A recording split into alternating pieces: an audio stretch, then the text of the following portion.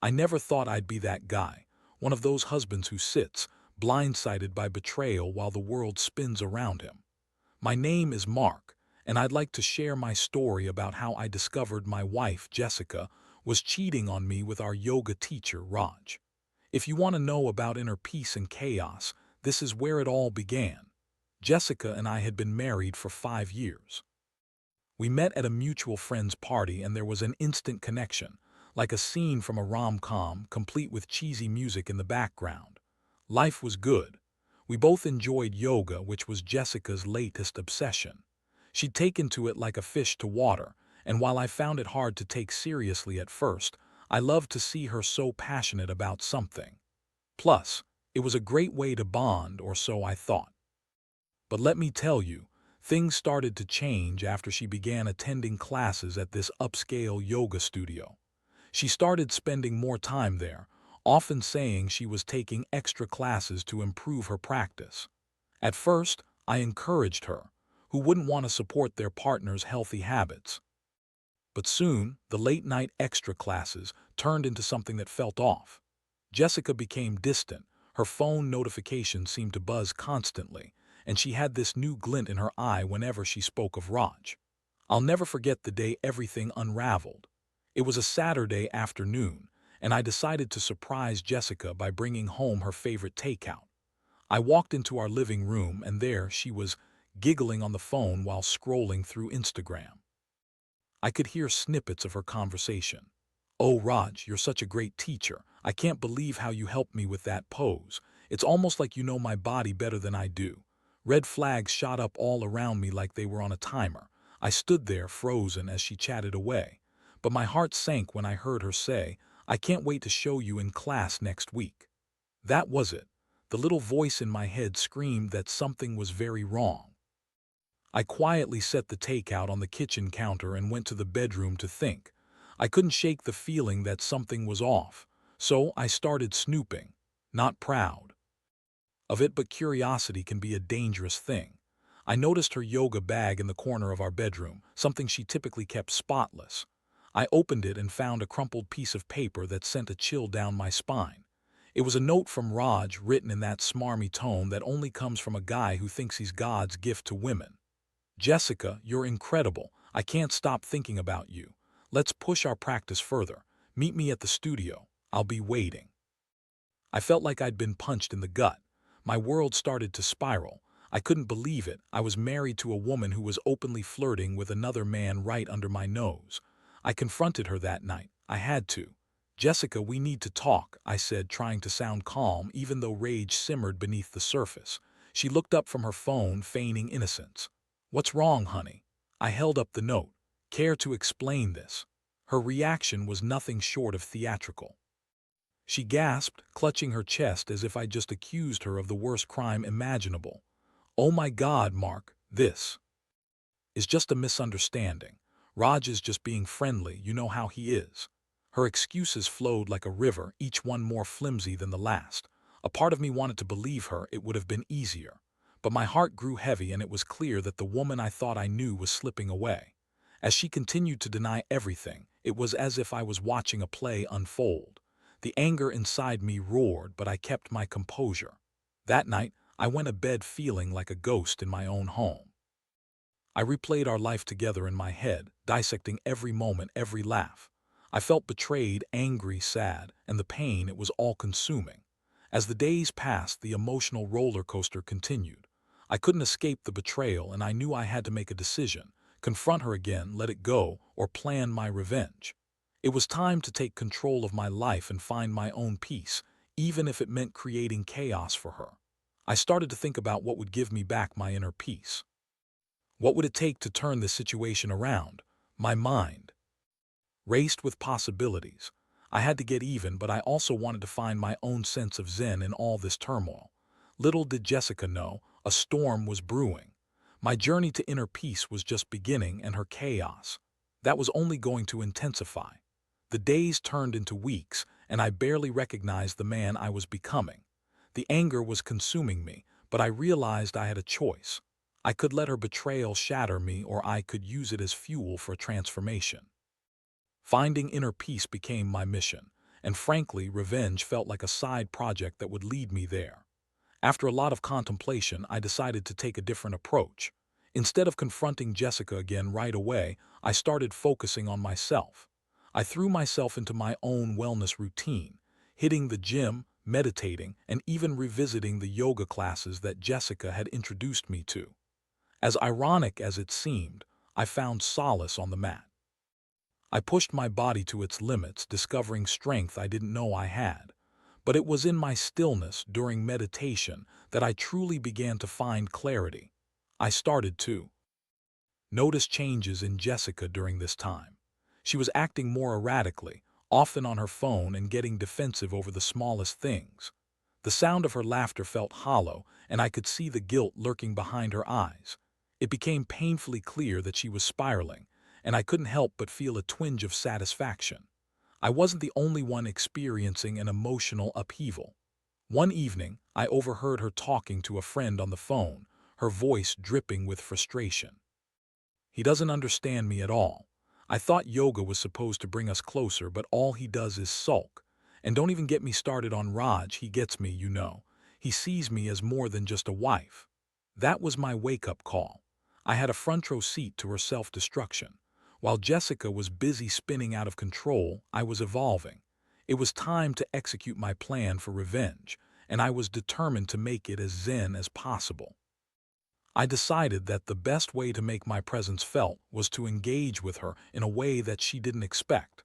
I began to curate my own life, making new friends and diving deeper into the yoga community that she had opened up to me. I even started taking classes at the same studio where she practiced, but I was doing it for myself and not as an act of defiance. At least, that's what I told myself. The day I walked into that studio for the first time, I felt a rush of adrenaline. I was stepping into a realm that had been hers. Now I was going to take it back. As I set up my mat in the back corner, my heart raced. I spotted Raj, totally oblivious to the storm brewing. He was charming the entire class with his smooth moves and easy smile. I couldn't help but notice how he seemed to light up when he saw Jessica enter the room, her face beaming with admiration. I took a deep breath and focused on myself. This was my time to reclaim my peace. As the class progressed, I could feel the energy shift. I found my rhythm, flowing through the poses with newfound confidence. I was no longer just Jessica's husband. I was Mark, and I was ready to embrace my own journey. Weeks passed, and I kept up the charade. I joined a group of guys at the studio, bonding over fitness and life. It was therapeutic in its own right. I even made a couple of close friends who didn't know about my backstory with Jessica. They were supportive and encouraged me to embrace the single life. They joke about dating apps and the freedom of being unattached, and I would laugh along, suppressing the turmoil inside me. But I wasn't just waiting for the right moment to strike. I was cultivating my own happiness, and Jessica's world was starting to unravel without me having to lift a finger. Her constant excuses about late nights at the studio grew tiresome, and I could feel her beginning to panic. One night I overheard her on the phone again. This time her words were frantic. "Raj, I can't keep this from Mark any longer. He's changing and I don't know what he's capable of. He's not the same guy I married." Those words hit me like a freight train. She was scared of me now. The power dynamics had shifted, and I was finally in control of my own fate. I felt a sense of satisfaction, but at the same time, I was still mourning the pieces of our relationship that were lost. The more I learned about myself, the more I realized that revenge wasn't about causing chaos. It was about reclaiming my identity. I wasn't going to confront Jessica with a dramatic outburst or a nasty confrontation. No, my revenge would be quiet, calculated, and above all, peaceful. It would show her that losing me was the most significant consequence of her actions. As I continued my journey of self-discovery, various possibilities danced in my mind. I wanted to make her aware of the life I was building without her, one where I could find joy again. I wanted her to know she no longer had power over me, and it was becoming increasingly clear that my ultimate revenge would be to leave her in chaos while I found my own inner peace. With every yoga class, every meditation, and every new friend I made, I felt more equipped to handle the storm that was brewing. Little did Jessica know the calm was gathering strength, ready to crash down upon her when she least expected it. As time went on, the pendulum of power between Jessica and me swung further in my favor. I was no longer the lost, hurt husband I had been when I discovered her betrayal. Instead, I was a man on a mission, finding my footing in a world that had been turned upside down. I had transformed my pain into a catalyst for self-improvement, and now it was becoming more evident that Jessica was the one spiraling. I felt an odd sense of satisfaction when I noticed her confusion. She couldn't quite put her finger on the change in me. The surprise was palpable when she'd return home to find me in a good mood, or when I'd share stories about my new gym buddies and yoga classmates. I could see her struggling to reconcile the man she thought she knew with the one who was now confidently navigating life without her. One evening, after an intense yoga class where I had pushed myself further than ever, I came home feeling invigorated. I had just unlocked a new level in my practice, and it felt incredibly empowering. Jessica was sitting on the couch, her eyes glued to her phone, scrolling through social media. She barely looked up when I walked, in another sign of the emotional distance that had grown between us. "How was class?" she asked, her tone lacking any genuine interest. "It was great, actually. I mastered the headstand," I replied, a smile spreading across my face. "Good for you," she muttered, still focused on her phone. That was the moment I realized how deep her neglect ran. While I was exploring new heights in my practice and life, Jessica was entrenched in her own chaos, still wrapped up in her affair with Raj. I could almost see the fog of uncertainty clouding her judgment, and it fed my resolve to keep moving forward. I knew it was time to take my plan to the next level. I began crafting a scenario designed to further push Jessica's buttons, a way to show her just how little control she had over my life. I decided to put myself out there, to date and socialize in a way that would bring my newfound confidence to the forefront. After all, if Jessica could flirt with Raj, why shouldn't I explore my options? I signed up for a dating app, and after a few swipes and some light banter, I set up a couple of dates with women who seemed genuinely interested in getting to know me. The first date was with a woman named Sarah, a fellow yoga enthusiast who had a bright smile and a contagious laugh. We hit it off over coffee, discussing not just yoga but our shared love for hiking and travel. What was intended as a simple evening out turned into a refreshing reminder of what it felt like to connect with someone new. The chemistry was palpable and I could feel myself truly enjoying the moment, something I hadn't allowed myself to do in ages. When I returned home later that night, I felt lighter, more alive. As I laid in bed, I couldn't help but wonder how Jessica would react to this new chapter in my life. Would she even care? My heart raced at the prospect. I decided that the next time I saw Jessica, I would casually drop hints about my new dating life, not to hurt her, but to demonstrate just how unshakable I had become.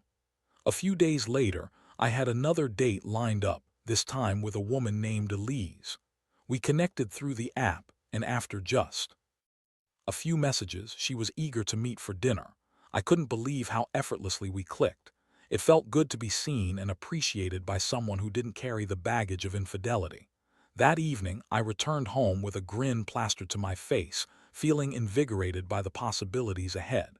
Jessica was in the kitchen preparing dinner while listening to music.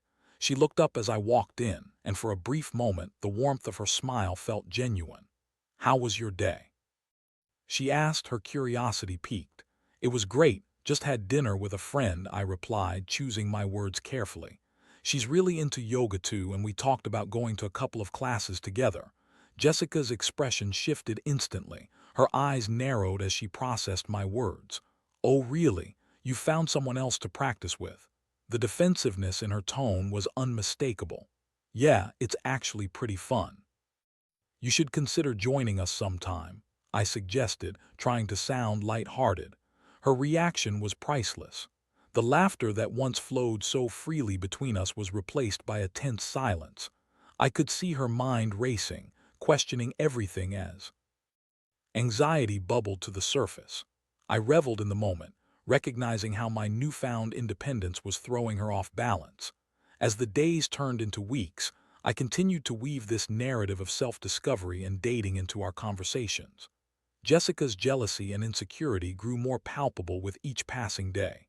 She would make snide comments about my new friends or the classes I was taking, but I brushed them off with a smile.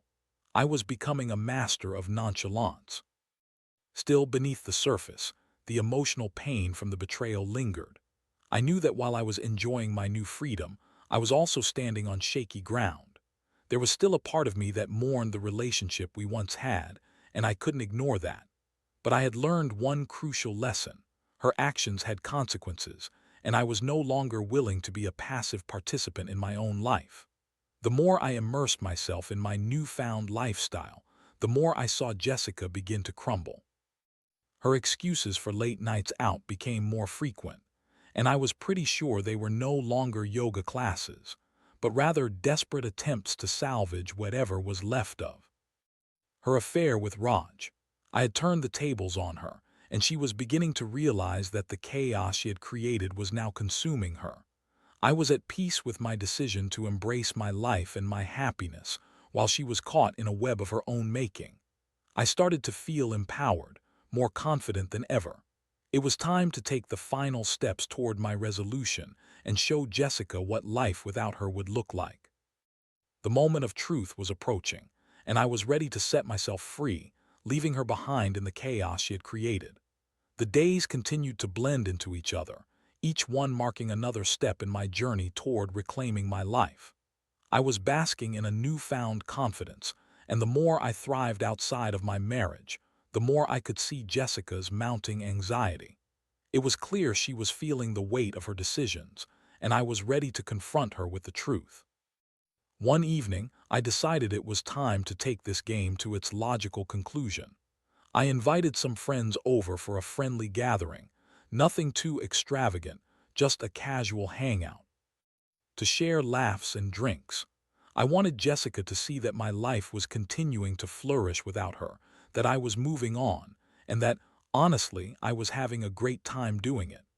As my friends arrived, I could sense Jessica's irritation at the noise and excitement filling our home. She'd been quiet lately, often staring at her phone as though she was waiting for a message from Raj. I couldn't help but feel a hint of satisfaction as I watched her growing discomfort during the gathering. My friends and I were sharing anecdotes, laughing at our inside jokes, and enjoying the evening. At one point, I caught Jessica watching me from across the room. I was chatting animatedly with Sarah, the woman I had gone out with a few times, and I could see the jealousy boiling beneath the surface of Jessica's facade. She forced a smile but couldn't quite mask the tension radiating from her. "Hey Mark, can I talk to you for a minute?" Jessica finally interjected, her voice strained. "Sure, what's up?" I replied, trying to keep my tone casual, though inside I was buzzing with anticipation. We stepped into the hallway, just out of earshot of my friends. "What the hell is going on with you? You're acting like this is some kind of party and I'm just here. You're always out with your new friends. You don't even want to spend time with me anymore." I took a deep breath. Here it was, the moment I had been waiting for. "Jessica, you've made it pretty clear where your priorities lie. You've been distant, and I can't pretend that this marriage is still the same after everything that's happened." She scoffed, rolling her eyes. "Oh, please, don't act like you're some kind of saint. You've been busy with your little yoga sessions and dates. You're just using this as an excuse to make me feel bad." I shook my head, frustration bubbling to the surface. "I'm not the one who cheated, Jess. I'm not the one who's been hiding behind a facade of yoga and self-improvement while pursuing a relationship with another man. You did this, and now you're mad because I'm living my life." She took a step back, visibly shaken. "I never meant for it to happen like this, Mark. It was just different with Raj. He understands me in ways you don't. I thought we could work through this." "Work through this?" I laughed bitterly. "You don't get to rewrite the narrative after what you did. I've been patient, but now I can see where we stand. This relationship is broken, and I'm not willing to pick up the pieces that you've shattered." Her expression shifted from anger to desperation. "What do you want me to say? I'm sorry. I didn't think it would turn into this." "Honestly, Jessica, I don't want an apology or an explanation. What I want is to be free from the chaos you've created. I've spent too long being the good husband, and I'm done. I'm not going to sit around and wallow anymore. I deserve better." She looked crushed, her bravado evaporating. I could see the tears welling in her eyes, and for a moment I felt a flicker of empathy, but it was quickly overshadowed by the strength I had forged during this journey. Without waiting for her response, I walked back to my friends, who were blissfully unaware of the storm that had just erupted. As I rejoined them, I felt invigorated. I had taken a stand, and it was liberating. I glanced over at Jessica, who was now sitting on the couch, her head in her hands. Part of me felt bad for her, but another part was thrilled to know that I was finally breaking free from the binds of our toxic relationship. That night, my friends left after sharing a few more laughs, and I was left alone with Jessica in the house. The air was thick with tension, and I could sense that she wanted to talk, but I was done with the empty conversations and excuses. I had made my point, and it was time for her to reflect on the consequences of her actions. As the sun set the following day, I made my decision. I packed a bag with a few essentials and gathered my important documents. While I wasn't sure where I'd go just yet, I knew staying here would only prolong the inevitable. I needed to physically remove myself from the situation for my mental health, to truly find my inner peace. Before I left, I took a moment to look around our home. Memories of our life flashed before me, happy moments blurred with the pain of betrayal, but I was finally ready to let go. I walked over to Jessica, who was sitting in silence, lost in her thoughts. "I'm leaving for a while," I said quietly. "Where are you going?" she asked, her voice cracked with emotion. "I don't know yet, but I need space. This isn't working, Jess. You've made your choices, and I need to make mine. I'm taking control of my life." With that, I walked out, leaving the chaos behind. As I stepped into the light of a new day, I felt lighter, unburdened. I had no idea what awaited me, but for the first time in a long time, I felt like I was finally on the path to true inner peace. Leaving the house felt surreal, like peeling away a thick layer of skin that had long since lost its vitality. As I stepped into the open air, the weight of Jessica's chaos began to lift from my shoulders, and I took a deep breath, filling my lungs with a sense of freedom that felt both exhilarating and frightening. I didn't have a plan, but that was a part of the beauty, no longer tied to anyone else's expectations. I grabbed my phone and quickly booked a room in a nearby hotel. It wasn't luxurious, but it was quiet, exactly what I needed. The hotel felt like a sanctuary, free from the memories that haunted the walls of our home. I settled into the room, unpacked a few essentials, and took a moment to absorb the silence.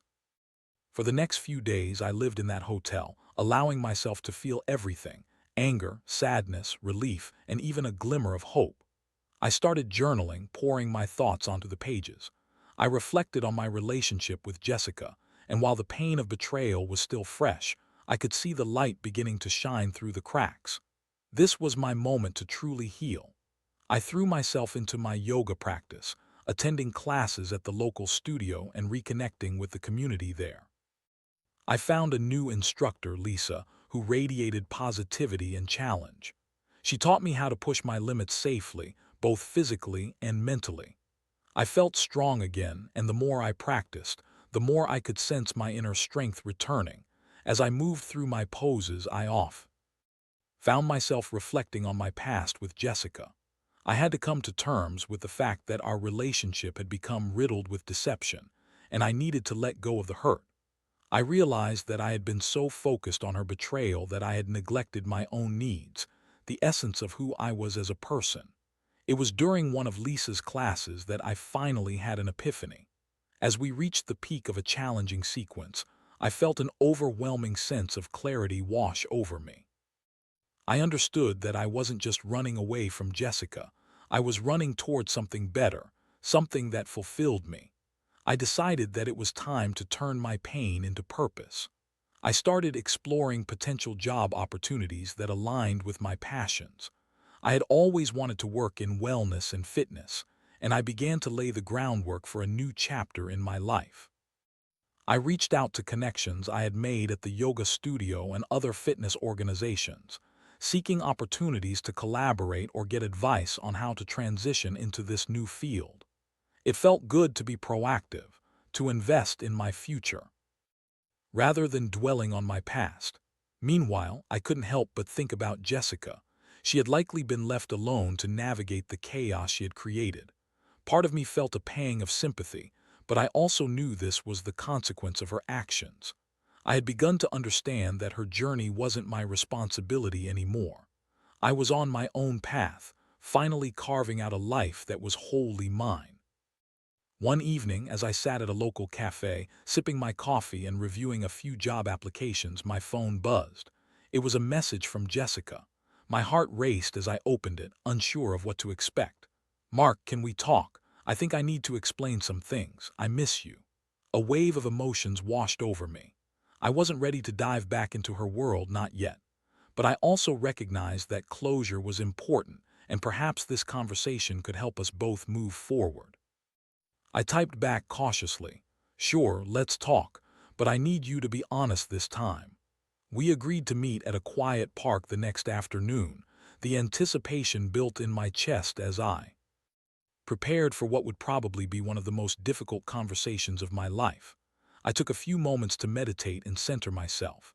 I needed to enter this meeting with an open heart and a clear mind, but also with firm boundaries. When the day arrived, I arrived at the park early. The air was crisp, and the trees swayed gently overhead.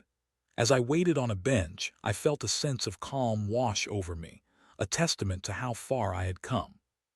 I was ready to face whatever Jessica had to say, but I wouldn't allow myself to be dragged back into her turmoil. When she arrived, her eyes were puffy and she looked tired. It was clear she had been through her own whirlwind in my absence. She sat down beside me, and there was a moment of silence as we both gathered our thoughts. "Hey," she said softly, her voice barely above a whisper. "Hey," I replied, keeping my tone neutral. "I've been doing some thinking since you left," she started, fidgeting with her hands. "I know I messed up. I don't want to make excuses, but what happened with Raj? It was a mistake. I was trying to escape, and it was wrong." I nodded, but inside I was still bracing myself. "You hurt me, Jessica. You broke my trust. I've spent the last few weeks trying to heal and find my own way." "I know, and I'm so sorry. I didn't realize how much you meant to me until you were gone. I thought I could juggle everything, but I was just being selfish," she continued, tears brimming in her eyes. "I don't want to lose you. I want to make things right." I took a deep breath before responding. Making things right isn't just about saying sorry. It's about understanding that trust needs to be rebuilt, and that takes time. I've been working on myself because I know that I deserve better. I can't go back to how things were. She nodded slowly, tears spilling down her cheeks. "I understand. I've been talking to a therapist, and I'm trying to work through my issues. I see now how I've hurt you, and I want to change. I just hope it's not too late." I considered her words carefully. It was clear she was starting to understand the impact of her actions, but I also knew that healing wouldn't happen overnight. "I appreciate you saying this, but I can't promise anything. I need time to figure out what I want." Jessica nodded, her expression a mix of regret and hope. "I'll give you space. Just know that I'm here and I'll always care about you." As we spoke, I felt a sense of closure beginning to form. I wasn't ready to reconcile, but I realized this conversation was the first step toward healing for both of us. I could see that Jessica had begun to recognize the gravity of her decisions, and in that moment, I found a flicker of compassion for her. Our talk ended with a tentative agreement to stay in touch, and as we parted ways, I could feel the burden of our past slowly lifting. I was no longer tied to the chaos we had once shared. I was on my own path, seeking inner peace and clarity, and for the first time in a long while, I felt hopeful about the future. The days turned into weeks after my conversation with Jessica, and I continued to focus on my newfound life. The hotel had become a temporary sanctuary, a place where I could isolate myself from the chaos that had once defined my existence. I was still navigating the emotional aftermath of my relationship, but I was stronger and more resolute than ever. I kept attending classes at the yoga studio and deepened my practice. Lisa, the instructor, had become a mentor of sorts, guiding me not just through poses but through the journey of self-discovery. With her encouragement, I decided to enroll in a yoga teacher training program, something I had always wanted to do but had never pursued. It felt liberating to finally invest in myself, turning my pain into a channel for growth. With each passing day, I found myself moving further away from the hurt and betrayal. I was no longer the victim. I was an architect, building a new life from the ground up. I started to meet new people, forging friendships that were based on mutual respect and shared interests rather than the tangled web of a relationship gone wrong. It was refreshing to connect with others who were on their own paths of self-improvement. One evening, as I was leaving a yoga session, I bumped into Sarah. It had been a while since our first date, and I was pleasantly surprised to see her. We struck up a conversation, and she mentioned she had been thinking about taking the same teacher training course I had enrolled in. "Hey, that's awesome. We should definitely do it together," I suggested, feeling a rush of excitement. We began studying together, practicing poses, and sharing insights about the philosophy behind yoga. The bond we developed was easy and natural, a stark contrast to the emotional minefield I had endured with Jessica. It felt refreshing to be with someone who brought positivity and lightness into my life. I was rediscovering my sense of self, and it felt amazing. As I delved deeper into my practice, I began to notice shifts within myself. I was becoming more patient, more understanding, and I was learning to embrace the present moment, no matter how uncomfortable it might be. I started finding joy in the little things: morning coffee, sunsets, and spontaneous adventures with friends. I was learning to appreciate life again. Although Jessica and I maintained sporadic communication, I kept my distance, focusing on my own journey. I could sense she was making progress in her own way, attending therapy and working on herself.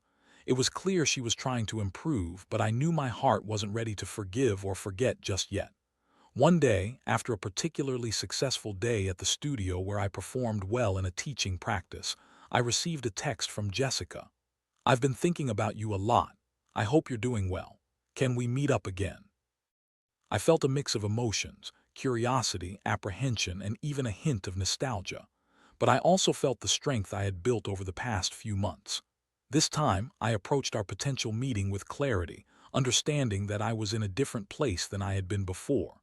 We agreed to meet at a cafe, one that held memories of our earlier days together. As I sat at the table, I felt the familiar flutter of anxiety, but I quickly quelled it. I was no longer the lost husband seeking validation. I was a man who had found his footing. When Jessica arrived, there was a palpable tension in the air. She looked different, more composed, but weary. The conversation began with small talk, but eventually we delved into deeper waters.